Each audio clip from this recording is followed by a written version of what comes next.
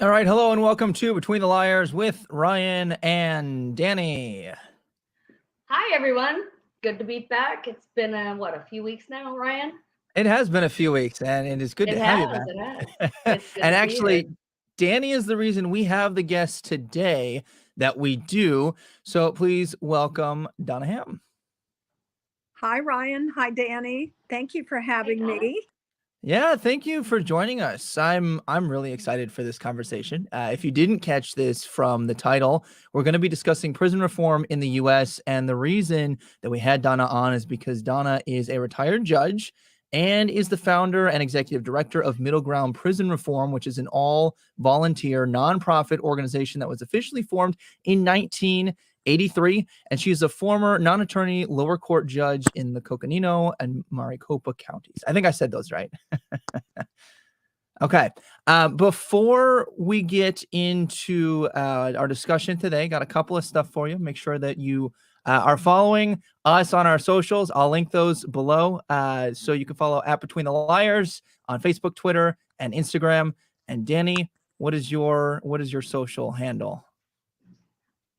With TikTok, it is Navy Doc 1981, and that is my go-to to share what's going on with political, personal, everything. So, Navy Doc 1981, you can find my videos there. I try to post daily, but there are times that I just can't. So, It I believe happens. my Instagram. I believe my Instagram is Roswell 1981.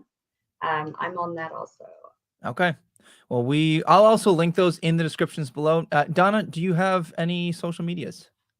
I do. Of course, we have a website, which is Middle Ground Prison Reform. I'm on Twitter. Thanks to Twitter, they shortened it to @ground reform. Okay. That's Middle Ground Prison Reform on Twitter. We also have a Facebook account, which is Middle Ground, and I'm on Instagram, but I don't know how you reach me. Well, that's that's all right. I'll get those and link them at the end before this goes out officially then. So before we get started, anything you two want to throw out there? I would like to. So today we're going to be speaking about the prison reform, um, and here in Maricopa County, our county attorney, former county attorney, who had recently resigned, she passed away. She was 45 years old, a mother of two, and left her husband and children behind. Um, she had been attacked for some of her policies and some of the things that she wanted to implement. And she had been attacked publicly. I say attacked because, well, she was attacked, not physically, but verbally. And that I wanted to take a moment to recognize her.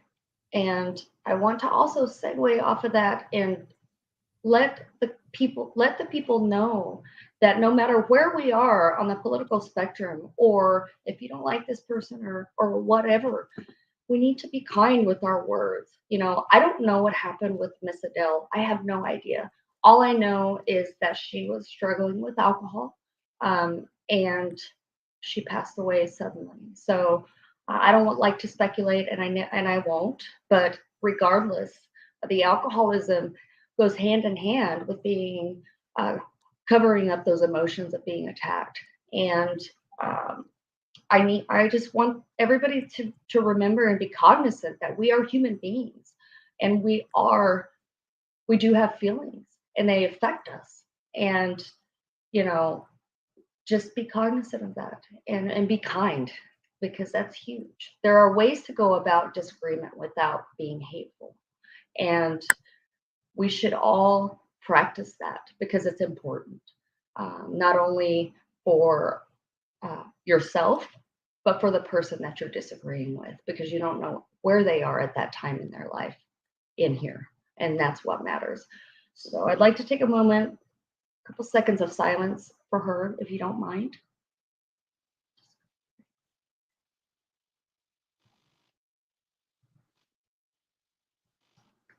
Thank you, Ryan. I appreciate that. Yeah, absolutely. I think this is a topic that is incredibly tricky because there's not necessarily a single right answer. And oftentimes I think it's even more tricky to reach a resolution because a lot of people aren't even aware of some of the issues that exist. So I'd like to kind of kick off this discussion, turn it over to Donna, and I would just love to ask, what led to you founding Middle Ground Prison Reform? I'd love to hear the backstory on that. Thank you. And by the way, thank you, Danny, for that comment about Adele Allister. 100% agree. And by the way, that leads to a very logical extension of that discussion. Prisoners, ex-offenders who are definitely a class of our society who need to have a second chance, who should not be known only for their worst moment or their worst act, and that people, when they want to, can recover from even very serious crimes and become good people, responsible people, people who make a contribution. So we need to all remember that as well when we're talking about prisoners. Um, so I'll give you the short version of how Middle Ground came about. I became a lower court judge in Coconino County, which is near Flagstaff, Arizona, in the early 1980s. And as I began to community, it was very clear that there was some police bias against Native Americans. Those are the bars where they hung out to arrest people coming out. They didn't hang out outside the country club where the university professors and other people were also exiting and getting in their cars and maybe having too much alcohol. And there was just this clear sense that the justice system is just perfect when you read about it on paper, but the operational outcomes of the justice system do not work as well for minorities, for poor people, for people of color, ethnic groups, and so forth. And that was a big concern to me. So I arranged to go down to the Arizona State Prison because I kind of wanted to see what happened at the end of that snake that I call the criminal justice system. And so I went on a tour of the Arizona prison. I met some prisoners who at that time were participating in a very unique program. Northern Arizona University, which is located in Flagstaff, was conducting a bachelor's degree program at the Florence prison in the late 1970s, early 80s. And it was unique because staff and inmates were attending classes together. That was the only program in the United States where prison guards and inmates were attending college level classes together. And you can imagine the exchange of ideas and opinions that occurred in a class like that. And these guys were earning their bachelor's degree in applied sociology. Long story short, I met some very distinguished prisoners who were the top of their class. I became friends with one of them in particular, who 6.5 years later, leap of faith, I married him while he was still in prison.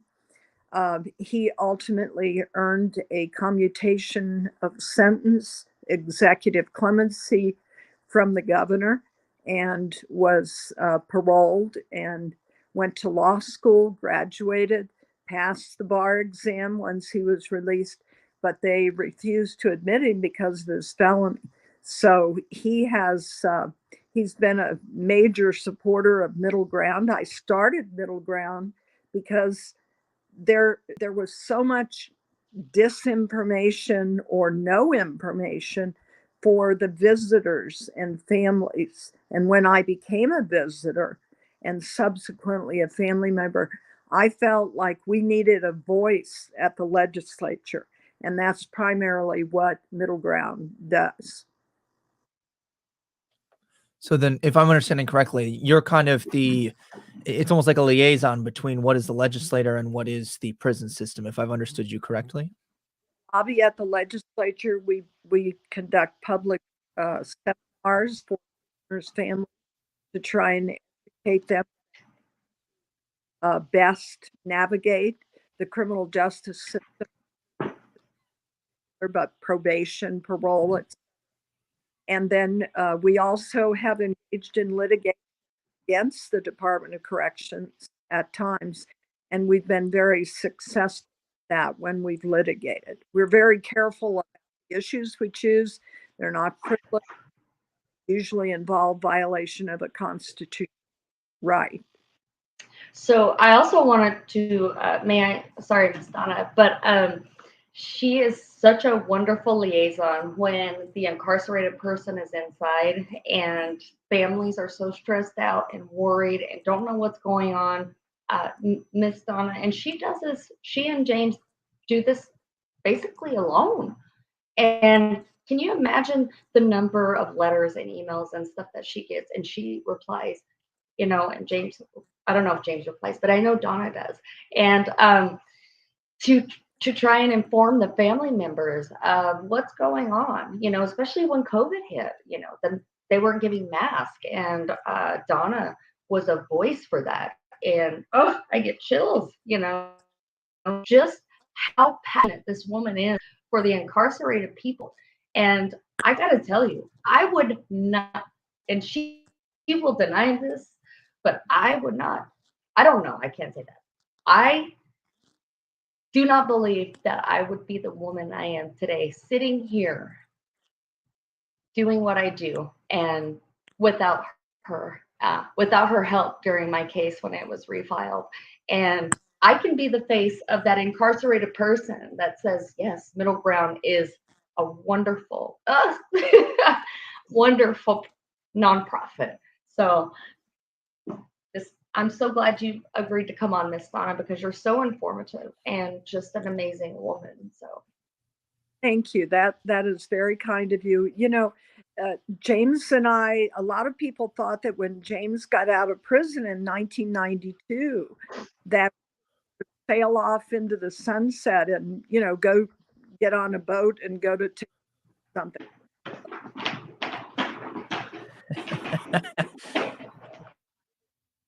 A window of opportunity that had not been provided to other people, and that we needed to kind of pay it forward. And so that's what we've been doing. And we are now into our 40th year, and we do get lots of mail. We get about 300 letters on average a month from private prisons, state-operated prisons, federal prisons, even out-of-state prisoners that we really are not able to help us directly because we don't know their systems as well as we do in Arizona. But we try to help as many people as we can, and that's the goal. It sounds like Arizona's got something very helpful for the prisoners then. Do you know if there's anything available in other states, like similar programs to advocate on behalf of prisoners and their families? There are other advocacy groups that operate throughout the country in various states. I know Oregon has an exceptionally active group. Colorado has, and they're some of them are funded by state agencies. Some of them are funded by nonprofit grants and so forth. Middle Ground has been unique, I think, because we have always refused to accept any public monies or grant monies. We operate completely on voluntary donations because we don't be beholden to any particular group that tells us, you're attacking public figures or sacred cows. Back a few years ago, we had a sheriff here that I'm sure you may recall, whose name was Joe Arpaio. We successfully sued him on a particular issue and won, a permanent injunction against him on a privacy issue. And we didn't have to worry about anyone telling us, back off, you're being too rough on him. I could call him what I thought he was in public, which was a buffoon. And and that's, you can't do funding. You won't be getting any future checks. That's one thing that I really, really find amazing about middle ground prison reform is the fact that they are doing this on their own. And the optics surrounding that even makes middle ground more not reliable, but more they're not, like you said, beholden to anybody else, or they're not saying what they're saying because somebody paid them to do so. And I mean, as huge as middle ground is, Miss Donna, it would be easy for you to get, federal grants and whatnot. And I think I respect you so much for that. And like I said, you're just an amazing person. Well, we have found, and this ties into what we're talking about today, Ryan, which is prison reform and the entire sort of national movement, because there does seem to be more interest in prison reform, let's say during the last decade or so, than there has been in a very long time. But part of the sadness that I have about that is that there are funding sources who expect results. Obviously, when they give a grant or award monies to a particular organization to accomplish something. And so what we've seen happens at the legislature is, first of all, some pretty bizarre approaches have been taken to try and address some problems that we've actually had to oppose, when ordinarily you would think we would support them because they're being proposed by an advocacy group. But secondly, that advocacy group then is required to report quote unquote success to their granting agency. And so there tends to be a little bit of an exaggeration or manipulation of the outcomes, when in fact, the results, the actual on the ground results, have not been as successful as maybe they've been painted. So we've been careful to try and avoid that, and just be honest. And people forget that our name is middle ground. That means that we do not believe that the prison gates should be opened up and every single person in prison should be released to the community. My husband, who spent 18 years in prison, and I'm sure Danny will tell you the same thing, there are some dangerous people in prison who shouldn't be in the community. They, for whatever reason, they are a danger to themselves or to others or to both. And so, but our goal is to have humane, dignified treatment, constitutionally adequate treatment for every single person in prison, no matter whether they have committed the worst crime or not.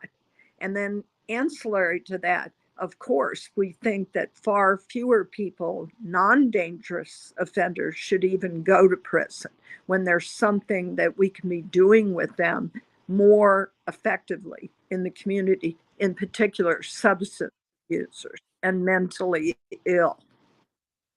I think that raises an important point then, that what is the point of prison, right? Like in general, we would think it's to make them citizens if they're going to be released, right? Like we want them to be reintegrated, but that's not always the case. Like sometimes they come back completely stripped of their civil rights. Like Danny, we talked a little bit, I think, in your other segment, there are certain things that you don't get for a while. And depending, if you have committed a felony, you will, it might depend on the state, but you're going to be stripped of your right to vote. You're going to be stripped of your right to bear a firearm. Like there's a lot of things that are stripped away. And so then those who are in favor of prison reform tend to really focus in on those things.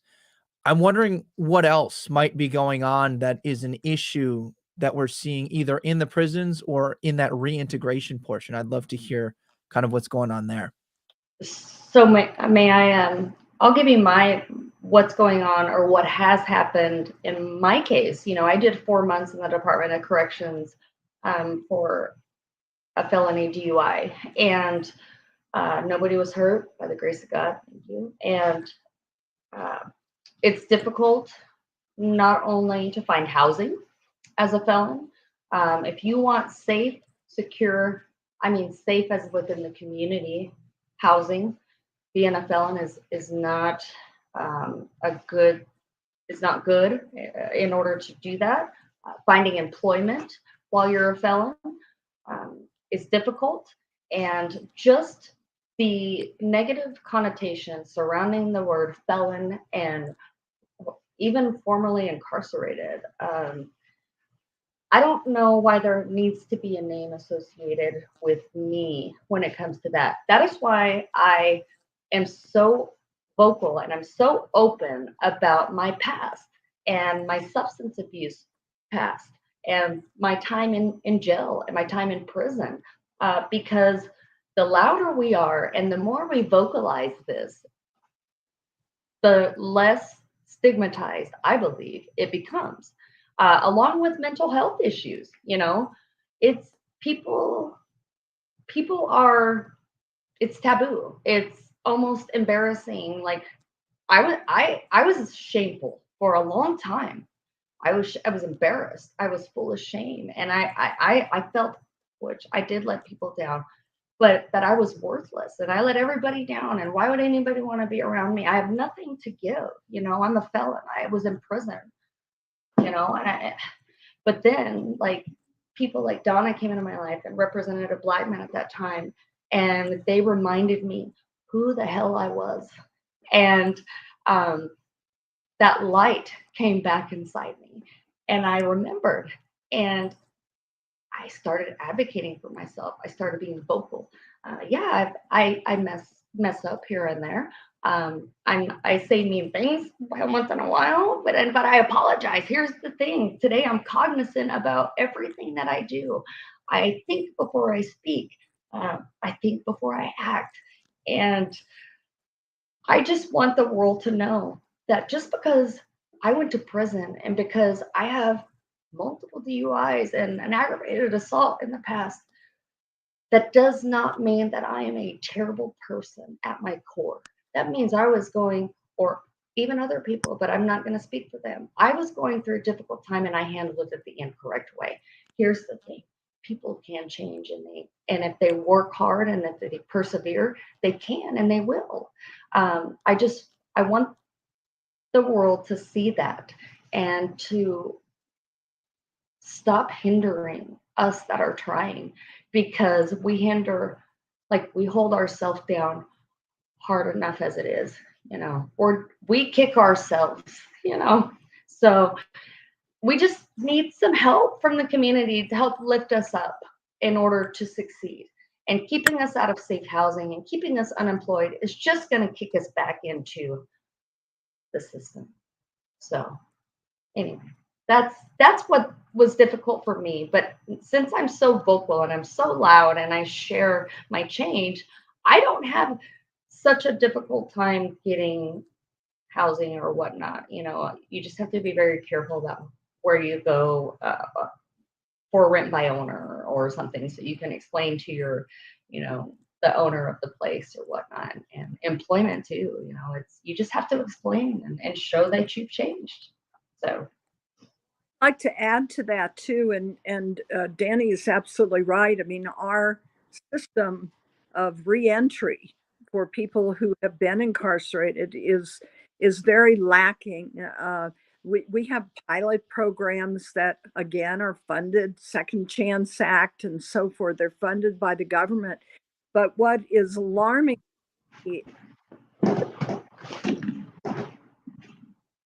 and so if the government is dangling, $1 billion program for Second Chance Act, then suddenly the prison system will have a reentry program that they are funding. And of course, it's limited to a very few number, relatively speaking, of people who are released from prison, but they fill it up with enough people so that they can collect the grant money. But if next year Congress, in its ultimate wisdom, decides that teaching prisoners how to make sushi, it will reduce recidivism, then what you will see is all of the reentry programs will die and wither, and suddenly they will be teaching sushi making in prison because they're following the money.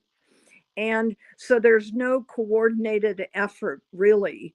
And you'd think that as long as they've been in business as a prison system, that they would have a really good data and idea about how to successfully reintegrate.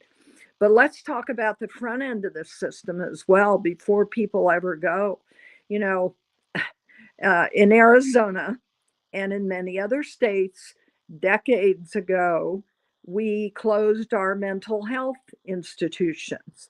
And so what happened is all of those folks who should have been going in for professional mental health care, and I'm not saying that there weren't problems with those systems, those people ended up in the criminal justice net under that umbrella.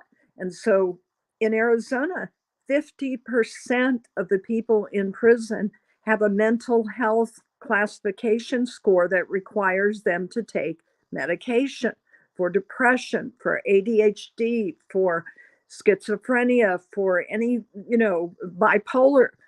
And so we are sending people to prison who really should be in the community with professional help. And it's an awful misnomer that people have that somehow, and including judges who believe this, you don't go to prison and suddenly have a therapist assigned to you who's going to give you individual counseling and therapy. That does not happen. If you're lucky, you get to participate in a group session that may or may not be run by a peer counselor who is another inmate who's gotten some training about how to run a group session. And I think Danny can back me up on that. The rest of folks who come into prison for therapeutic type programming are often volunteers on AA or NA. Those people come and go. So the program is dependent on how many volunteers happen to be willing to come into prison. And it's just a very haphazard, slapshot approach to recidivism that is driven by funding. And there's no real philosophical commitment to rehabilitation, which is why we have such a high recidivism rate. So they need to get serious about what is even their mission. They say their mission is public safety, but how do you translate into operational success unless you are rehabilitating the people who are under your care, sometimes for years, and in Arizona, needlessly for decades? So with that, so when I went for those 4 months, I had to do the DUI course there. Let me tell you, Miss Donna, the person, you'll know, I can't remember the name of the it's not Taros, but it's another one that goes in the prison. Sage. The man who did our class there, every day he'd come in and tell us how his dog was, and then he'd fall asleep. We would color. I mean, I got stung by a bee inside. I mean, that was like all I remember from that class. That was it. Fell asleep. I still remember his dog Lucy was 11 years old, and I mean, this is a DUI class that people need that are in prison. They should be learning, coping skills and ways to, a relapse prevention plan or, something, because even if they don't use it at that time, that seed is planted just like it was in mine in 2010 when my family flew me out here for rehab. You know, I wasn't ready, but that seed was planted, and we're losing people in there because of the lack of programming. And if that seed isn't planted, they're just going to go right back out and most likely reoffend. And I am not okay with that.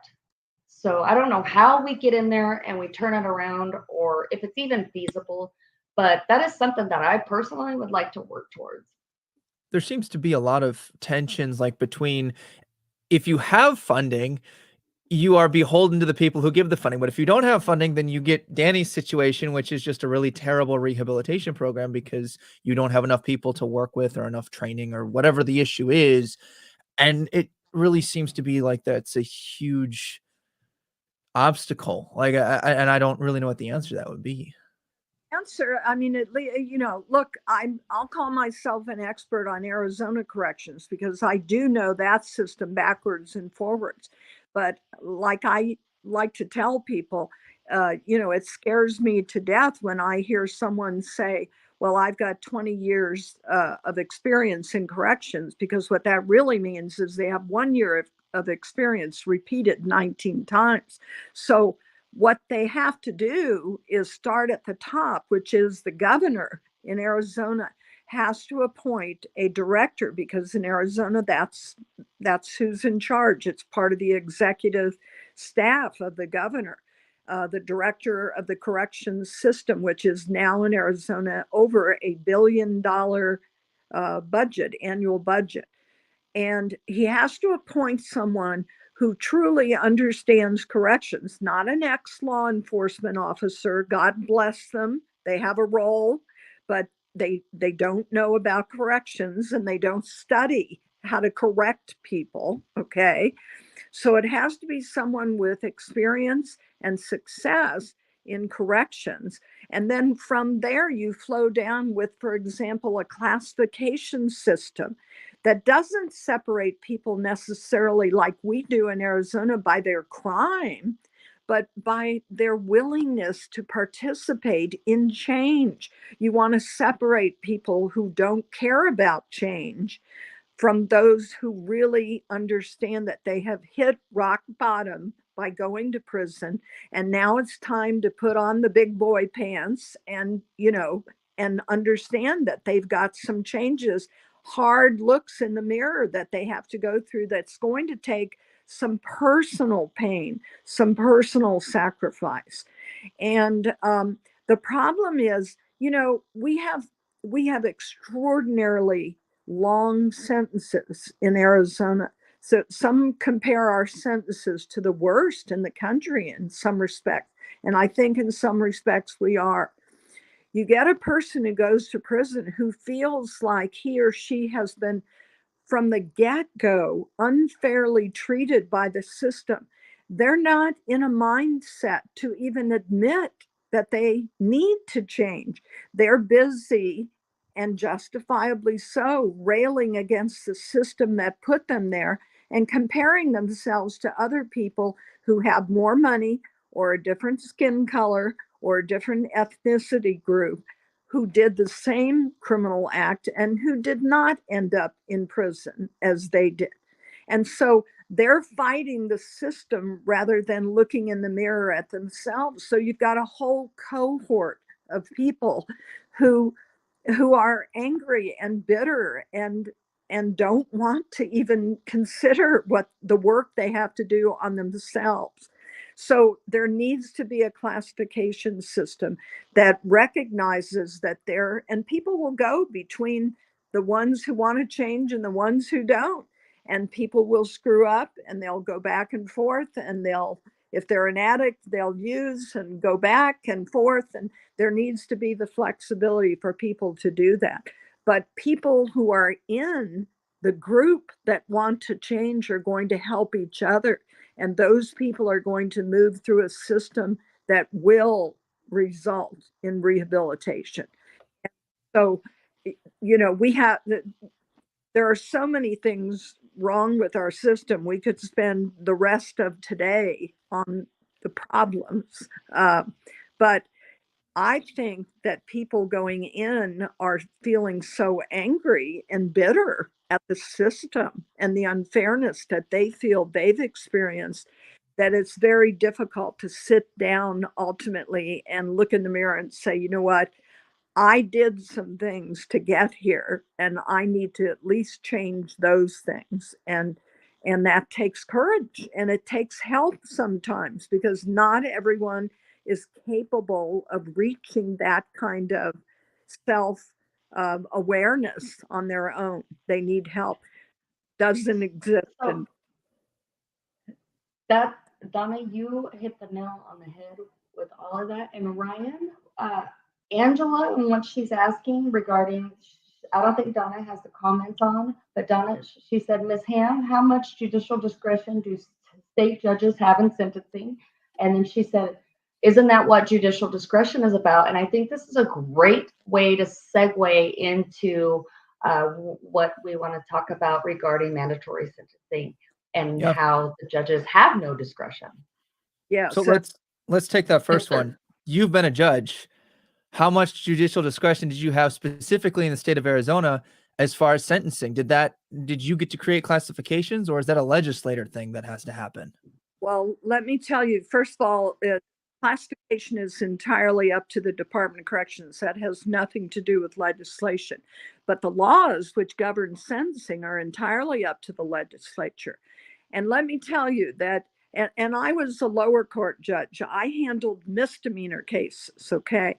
But the same rules and laws govern felony charges, which are which lead people to go to prison. You could be a monkey and sit on the bench in Arizona for all the discretion that most judges have. And here's why.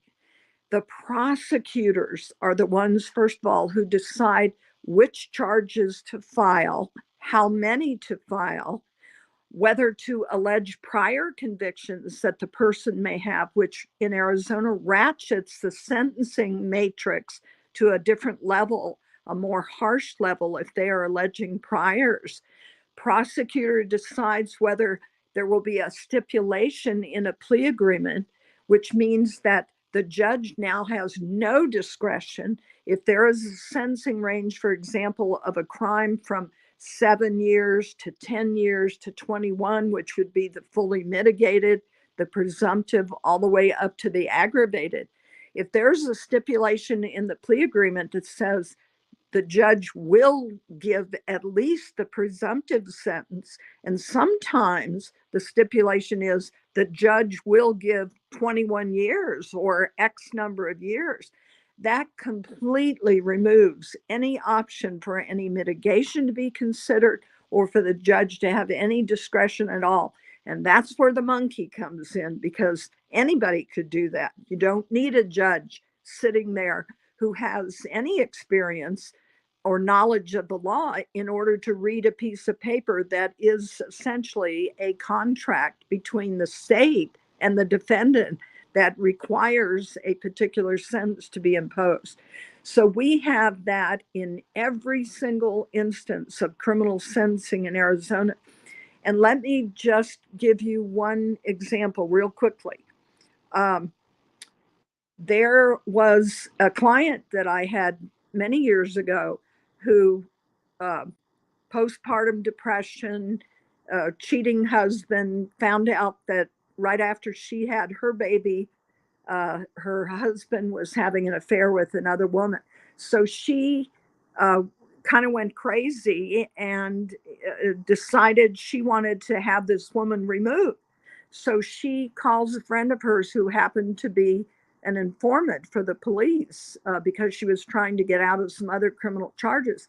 And they reported her. So they had her meet in a parking lot with an undercover police officer. She told the guy, I want this girl, to be heard or whatever. They charged her with conspiracy to commit first-degree murder.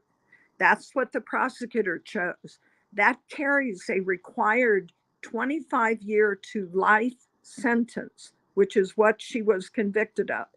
The prosecutor had the option of charging her with a lesser crime that would have been an 8-year sentence, which, when you consider that no one was hurt, the only one she quote unquote conspired with was an undercover officer, and she could have gone to prison for 8 years, which I think most reasonable people would agree that that would be a more reasonable sentence. She got 25 years to life. She's got 8 more years to go till she's even parole eligible. That is a perfect example of prosecutorial, not only prosecutorial discretion, but prosecutorial misuse of power in this state. And it happens, 95% of cases go to plea bargains. So, except for trials, the prosecutor controls the sentence. And that's where we end up, in addition with a cooperating legislature who has given these tools to the prosecutor to allow these stacked, mandatory, consecutive, harsh, prior conviction sentences that we have in Arizona. So Ryan, that everything she just said is exactly the reasons why I fought with her help and some other help and some other help. I fought when my case was refiled. You know, I was looking at 10 to 15 years if I had gone to prison. My first plea was 3.5. I never once said that I didn't deserve to go to prison because, you know, I always took full accountability for my actions and what I had done. But I did not believe that if I were sent back to prison, that it would better anything, but have the possibility of sending me and spiraling me backwards. Now, luckily, I had the platform that I had to be able to fight that for 386 days, to be exact. And I did. So I know firsthand because they talked about switching it to endangerment. Then they talked about at the very end, they finally lowered it to a class 1 misdemeanor with no prison. And so this whole time they're sending me through all of this, and my friends here, my family, all of this trauma, after all of this hard work, I had turned my life around. And you know, it's not okay just to be sending people in without judicial discretion to look at the whole picture, because we don't all fit under one umbrella. You know, you try to put the Rock and the Hulk and me under one umbrella, it ain't gonna work, right? So it just needs to be changed, because the moment I walked into that courtroom and saw that judge, Commissioner LaFave, she was my judge back in 2015, and by the grace of God, I had her for every case, and that's unheard of, she said.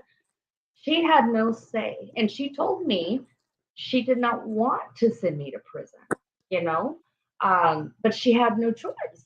This was back in 2017. I just skipped back to 2017 because of the work that I had done, you know. So she ended up having to send me to prison in 2017 because I fell under that mandatory sentence because of the prosecutor did not agree to lower, which they have full capability of doing. I don't know if they're on a number or like a quota, or I don't know what the heck, or if it's just like a pride, power, egotistical thing. I'm not sure. But whatever it is, it ruins lives and it hurts families. And a lot of times it's not fair.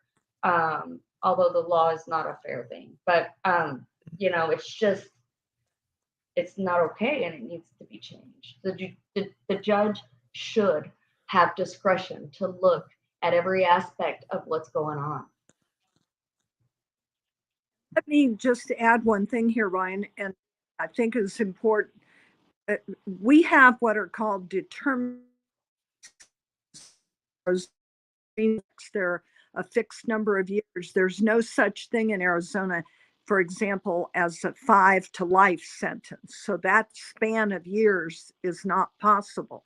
When we changed the criminal code in 1978 in Arizona, when we got determinate sentences, which allowed there to be a range of a minimum, a mitigated, a presumptive, an aggravated change.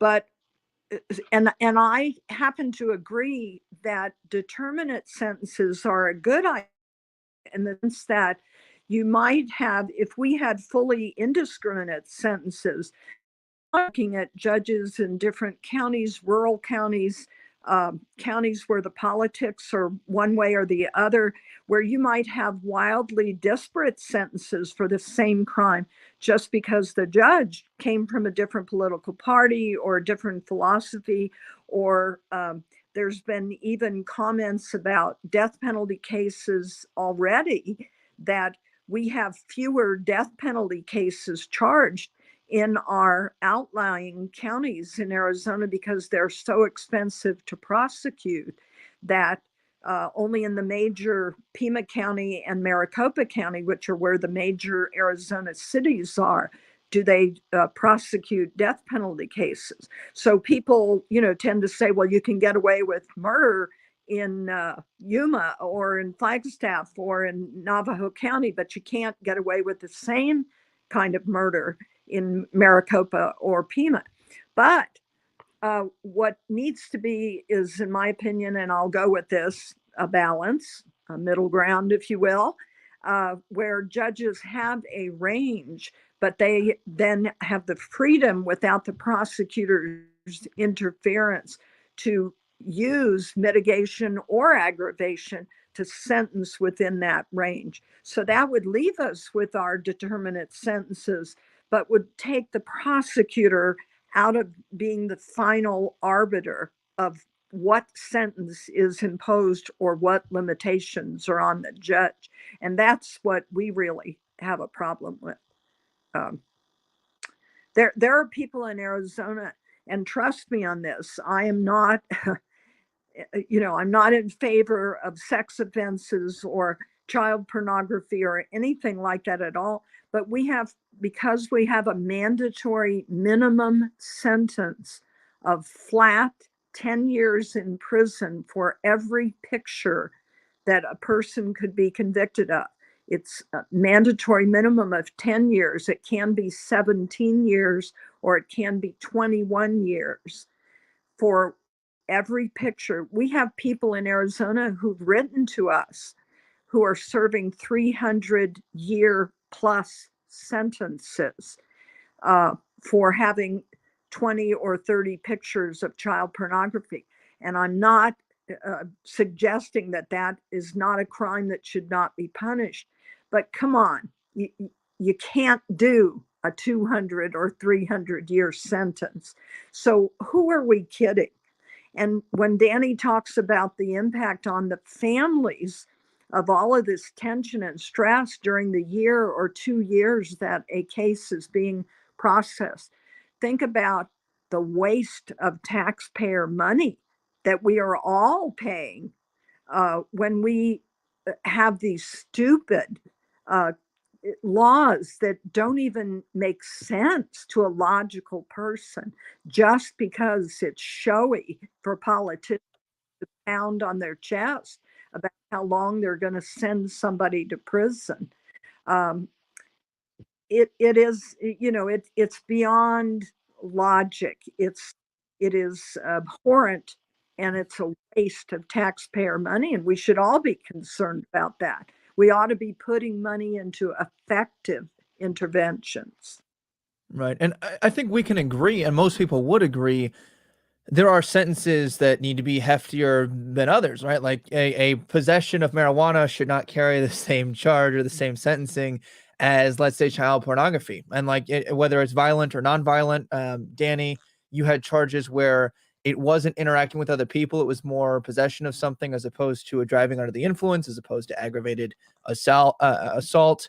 This comment right here says that you're a human being and you paid your debt to society. This kind of goes back to once you were getting out. That should be the end of it. I think that ties into what Danny was just talking about a moment ago about we don't all fit under the same umbrella. And what Donna was just talking about as far as the end goal is to pay your debt to society, to be reintegrated, but it still carries that stigma. So we've kind of come around full circle. what do you think we should be doing to move towards kind of that middle ground of, there is a stigma. There's more of a stigma for someone who possesses child pornography than there is for someone who, possessed narcotics, right? But prisoners, and if you just have felony tagged after your name, it doesn't distinguish between those. Do you guys have any thoughts on how we might bridge that gap, reach that middle ground to kind of alleviate that situation? Well, I'll jump in and leave some time for Danny. It, you know, first of all, it kind of starts in the cradle. We have to have some some things going on in our society that help people when they need help before they fall into that criminal justice net where they are violating laws and being arrested for it. So we have to have some uh, better way to assist people before they ever come to the attention of the criminal justice authorities. And then if that happens, if it proceeds to that level, we need to be careful to make sure that we are doing, when I was a judge and I had the flexibility because I was doing misdemeanors, I always tried to look at what am I doing for someone instead of to someone? What can I do for this person? And so it might be ordering them, instead of paying a fine, which they couldn't afford anyway, or sending them to jail, which I had the authority to do for up to 6 months.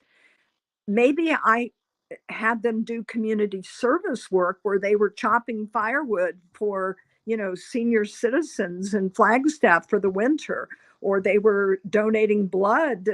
You can't order people to donate blood, but that you could offer that as an option and so forth. So you try to get people to understand that the more you feel a part of the community, the more you're going to feel integrated and want to be in cooperation with that community. So prison, if you ultimately end up there, needs to be a place where there is a concerted effort to get people to understand that they are part of the community, and we just want them to behave a little differently in the community so that they are not harming other people or themselves. And so if you can get people to come out of prison a little better than they were, then now what is happening, which is often worse than they were. Arizona has a terrible gang problem that they are not in control of. And so people go to prison and the first thing they're doing is defending themselves against gangs. This doesn't happen so much in the women's prison, does happen there, but not so much as in the male prison. But it's a terrible problem. And so Arizona happens to have one of the largest protected custody sections of groups of people. About 10,000 prisoners in Arizona are classified to protective custody. That's 25% of the population. And that's because they need protection from gang extortion, assaults, intimidation, threats, etc. And we don't control gangs in our prison very well. So medical care creates problems. They need people going into prison who have serious medical problems need to know that they are going to be treated humanely for their medical, for diabetes, for heart conditions, for high blood pressure, for their mental health problems.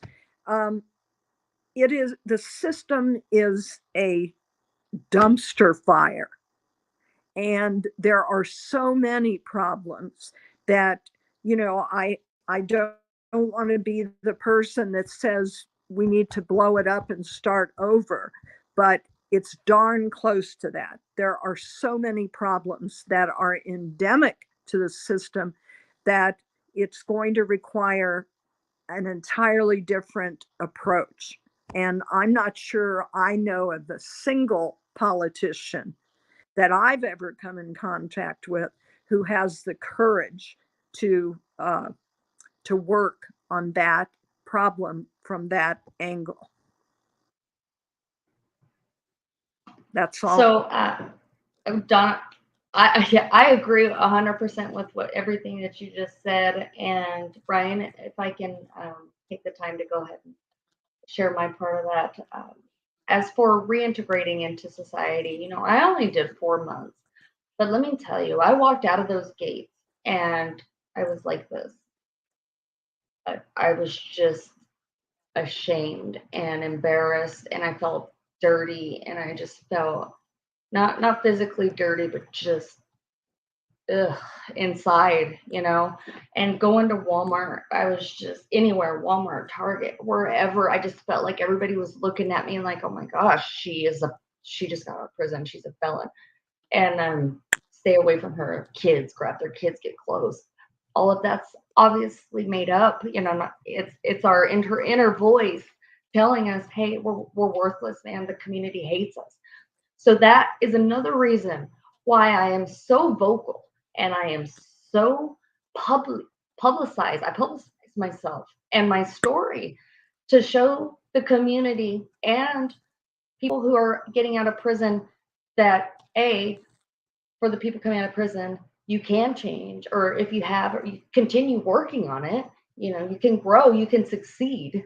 And to the community, we are also humans. We are people, and we just want another chance. And a lot of us that come out, and I don't know statistically speaking, but I know personally from the women that I met inside, the ones that are out, I would say 90% of them are succeeding. Of course, the majority of them have minimum wage paying jobs, and that's great. I'm so glad that they are able to work, but they have potential to do more. They don't feel that they can do that because of the stigma associated with being a felon. So again, that's why I'm so public, just to show the community that we are good. A lot of us are good. We have the possibility of being a contributing member of society if you just allow us that opportunity to do so. I'm not saying put somebody in who has a larceny charge to be your accountant, or like your inventory person. Obviously you're not going to want to do that right away or whatnot, but I have a DUI, I have an aggravated assault, and luckily I have a big mouth and I'm able to advocate for myself, and I tell my story and I'm proud of it. I no longer hold shame associated with that. And for some reason, it works for me. And I hope that a lot of people see this one and are able to realize and maybe think about it for a while, that just because we go to prison for a while does not mean that we are terrible and worthless and have nothing to give back. Because guess what? I have more to give today than I did before I ever went in. I did not have this type of, I did have a giving heart, but I didn't know what my niche was. Now I know. I'm on fire for this. Like, we are human beings, and I told you I'm on fire, man. And I just want the world to know that we're good. Give us a chance, I'm not saying we all will succeed. There will be people that fail, but guess what? They do too. Civilians fail. Civilians. You know what I mean? There's my military. All right. Sorry, well, you're good. All right. We will be right back with our hot takes. Okay, so before we get into our hot takes, I do want to remind people that if you're interested in the behind the scenes conversations before and after the show, you can join our memberships. Those are available, and you'll get access to our Discord channels. You can ask our guests questions. You can ask us questions off the air. And with that, we'll go ahead and jump right into our hot takes. I'll go first, then we'll get to Danny, and then Donna, you'll wrap us up. So my first hot take, I guess I didn't really put a whole lot of thought into how much discretion the prosecutors have. I always thought that the mandatory sentencing really came down more to the judge's discretion. And so that was something that was neat to learn. I think what I would add to that then going forward is that there's a lot of stigma for people to not become prosecutors. So who becomes the prosecutors? The people who are all about the power, the prestige, etc. They want that to have that power. When in reality, we need people who are willing to make that change from the inside. So it seems like a large part of that power is given to the prosecutors, and we need good people to wield it. Another big thing for me here is I think that we gloss over the importance of state elections a lot. Everybody shows up for the presidential election. Everybody shows up for your US senators. We're coming up in an off year, but 2022 is still an election for a lot of senators, a lot of representatives, a lot of governors. If it's the governor who's appointing the people who oversee prison change, don't you think it's important you elect a governor then that's going to move in the direction you want? Like, by and large, mostly you will be affected as an American citizen by your state laws. Because if you live in a state and you don't like what the president is passing for an executive order or what the US Congress is passing, if you have a good governor, they can be a bulwark against it. They can pass legislation and block things. You are most likely to be affected by someone who's a bad governor who is not passing legislation that aligns with what you want. So I really think that it's important, especially after this discussion, if you're worried about the state of prisons, don't turn out hoping the federal government handles it. Turn out to the state elections and think about the impact that that's going to have. And then the last thing, I'm just really fixated on how we have this constant tension between what is the purpose of prison? Well, it's to have people repay their debt to society. Well, then they still carry this stigma after they get out and they've supposedly repay that debt to society. There's not a perfect answer here, but I really think that we might need to start changing our mindset about what does this need to look like. If you've got someone who's violent, if you've got someone who's committing crimes against other people, prison is probably a great place to at least keep them from affecting other people. But is the prison that they're in going to just make them a rageful person once they get out? Like, that's another important question that I think we kind of uncovered today. So anyway, those are my final thoughts, and I'll turn it over to Danny now. Thanks, Ryan. So I'm going to go ahead and just skip over that first part where you were talking about the governor and stuff. I'll leave that if Donna wants to talk about that because I'm not really well informed about all of that part of it. However, one thing that I do want to say that I would like to talk about it real quick in this hot take is how the county attorney here, I'm not sure about other states, but Republican, Democrat, I do not believe that that position, along with the sheriff, should not be politically aligned. You know what I'm saying? Politically voted for. I can't think of the word right now, but it shouldn't be based on whether somebody's Republican, shouldn't be Democrat. It just should be somebody, they get up there, they speak about how they're going to help the community, how they're going to help the people who are being charged, or and also, not keep it red and blue, because that's not what it's about. It's about following the letter of the law and doing the right thing for the community and the people. So I believe that should be taken off the table completely. Like I said, same with sheriff. I don't think it needs to be Republican, Democrat. It shouldn't. I completely disagree with that. As for prevention of like getting back in recidivism, programming within the system is terrible. And I will say it again, planting, and I'm using substance abuse for this, planting that seed of recovery and how to do it is imperative. Again, that seed was planted in 2010, and I didn't water it until 2017, and but it was there, and we need to remember that and make sure and be able to plant that seed in these people's heads, because we do have stuff to offer. And I would hope, and I'm going to think about this, because I feel that there is a possibility of having something brought together that when people get out, maybe a class, maybe something that I could talk to the folks coming out of prison about how to go about finding housing, how to go about getting a job, and not, because you go and apply and apply and apply and you're denied, denied, denied, denied. It takes more than just on the computer and pushing a button and hitting send. So maybe it's something like that. And I would like to somehow speak to the community or have somebody speak to the community about people that change. I think that I know a lot of women and men who've gotten out that could stand next to me and be the face of formerly incarcerated who have recovered and are now contributing members of society. Allow us to help the community, because a lot of us, that's what we want to do. We're just not given the opportunity to do so. Again, unless you have a big mouth like I do. And I want to be heard, because what I have to say is important for not only myself, but the people coming behind me.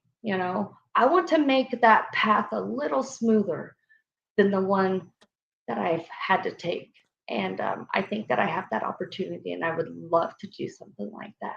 So, Ryan, again, I love this show. Angela, I love you. I don't know who you are, but you're my favorite. Anyways, so thank you, Ryan. This has been so fun. Miss Donna. Thank you. Well, I'm going to follow up on a little bit of what both you and Ryan talked about. One of the things that we find out through our correspondence, through the letters we get, and now, of course, in the last years or so, email, we get hundreds of emails as well. And one of the things that's important for families to find out about when they do have someone in prison is to educate themselves about the laws, about the policies which govern that particular prison. It's really an education process, because you will empower yourself. And we try to conduct seminars to empower prisoner families, to let them know what their rights are, what their responsibilities are, what the limitations are, what they don't have rights about. And to your point, Ryan, federal prisoners are under an entirely different set of laws than individual state prisoners. And so when people get excited, they'll hear on the news about Congress passing the Second Chance Act, or some law, that impacts federal prisoners. That does not have anything to do with state prisons. And so people need to understand that, and prisoners need to understand that, because rumors in prison are rampant, and they really cause a lot of problems, because people get their hopes up about something that is not going to come to pass because it does not apply to them. So we try to take that education process. Sometimes it's hard, because we have to give bad news to people that really want to kill the messenger. But we're not going to lie to them. We're not going to sugarcoat information. And so we tell them, and then it's up to them to process it. So there's a big difference between federal and state. The other thing is, we didn't get to talk today about private prisons.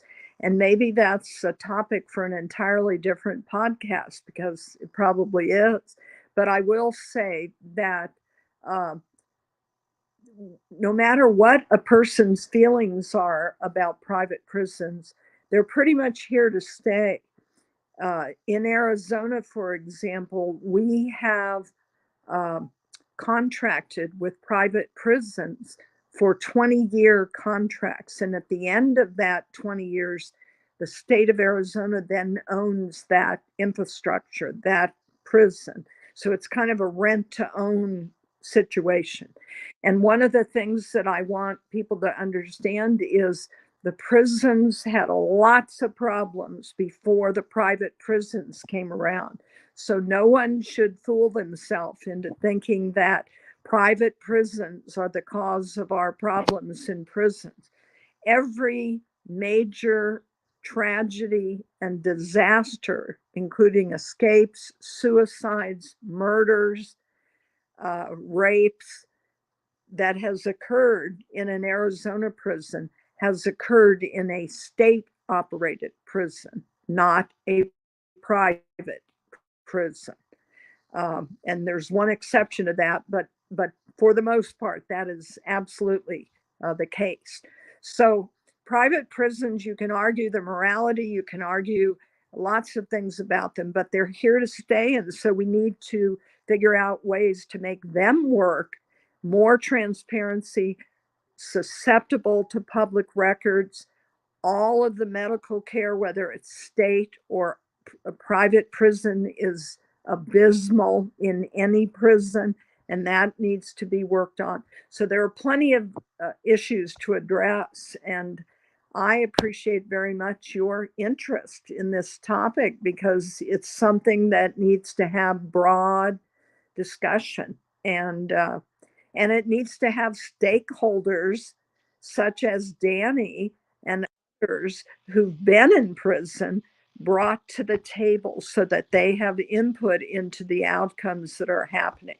And that hasn't been the case in the past. You have to, there are dozens that I'm aware of prisoners who've gotten out of prison in Arizona who now have bachelor's and master's degrees and law degrees, like my husband. They are never called upon by the prison system to go into the prison and do presentations or to mentor or to provide anything. And I'll bet you all of them would be happy to volunteer to do that at no cost to the system. But they aren't asked. Why? Because the prison system is afraid of people who have exercised their voice and have opinions. They want regimentation and the orderly operation of prison. And they don't consider people like Danny to be someone who would foster the orderly operation of the prison, because she would plant seeds in other people just like seeds were planted for her. Thank you. Yeah. Well, we're going to have Donna back for a discussion. And you're right. We didn't get to private versus state, and that I would love to dive into that. So we will have to have you back for that. Danny, great to have you back on our show. Ms. Donna, thank you so much for your insight. I was thrilled to hear that we were going to have someone who's been in the system, and we kind of got both sides of this through the two of you. So thank you both for being here. Remember that to all our listeners, you can find Between the Liars on Spotify, Apple, YouTube, Twitch, and Google Podcasts. Follow us on our social medias. I'm going to link Miss Donna and also Danny's stuff as well. And if you enjoy this show, give us a 5-star review so we can get the words of Danny and Miss Donna out there. All right. I'm sure you find yourself somewhere between the liars. Bye for now.